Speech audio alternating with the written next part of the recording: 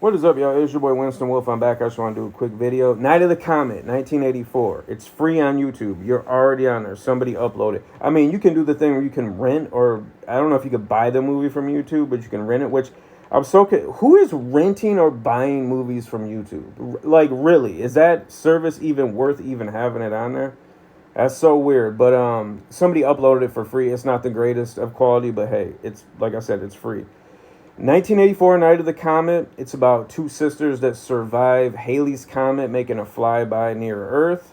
Something in the tail of the comet just vaporizes everybody, turns them into this red dust. So everybody is just a pile of clothes and just red dust. That's it. But if you were inside something that had steel walls, like one of the sisters slept in a shed because she got in a fight with her stepmom, and there's a truck driver in there that slept in the back of, I don't know what's it called. Is it called a trailer? Whatever a semi truck drags around that has all the goods that they're delivering. But anyways, he slept in that, so he survives. So if you're one of the lucky people that slept in something that had steel walls, then you survive. But there's other people that kind of survive, but not really, and they're slowly turning into this dust, and they're like these zombie creatures. And it's pretty much the two sisters and this truck driver. By the way, the two sisters are trained by their Green Beret dads, so they know how to use MAC-10s, and they know how to fight and stuff.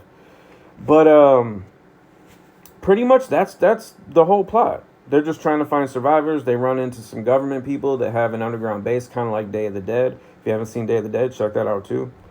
But that's it. But you don't watch it for the plot. You watch it, again, it's pure 80s, from the neon lights to the music. And it's one of those movies where they had songs specifically made for that.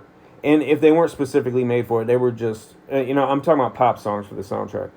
If they weren't specifically made for it, they were so unknown that they pretty much, that's the only time you ever heard them was from that movie. But it's one of those movies that where after the movie is so good, and you just, if you're in the 80s movies and you love it, that you just go to listen to those songs on YouTube or whatever, just based off the fact that it was in that movie. That's how 80s this is.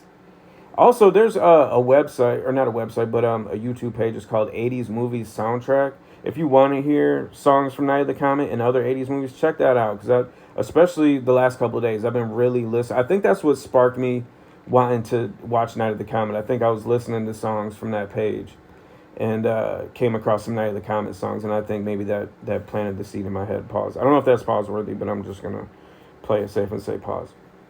But one of the sisters is Alex's girlfriend from The Last Starfighter. And by the way, there's plenty of other channels that cover things way, way better. They'll tell you who the director is, the production cost, the names of the actresses. The way I do it is if we're just two friends talking, and that's how you would talk to your friends. Like, I remember when Ryan Reynolds, when nobody knew his name and everybody called him Van Wilder, and he'd be in a movie and you'd be like, oh, this movie was good, and they'd be like, who was in it? You'd be like, Van Wilder, blah, blah, blah.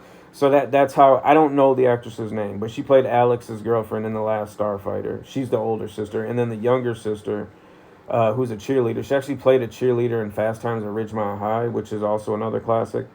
And also, speaking of The Last Starfighter, their sequel, soft reboot, something, a video game, long overdue. Something. We need that. That is, come on now. But Night of the Comet. Yeah, if you're into 80s movies, there's not really much to this review. I'm just telling you. I watched it last night. You should watch it. It's free on YouTube. You don't have any excuse.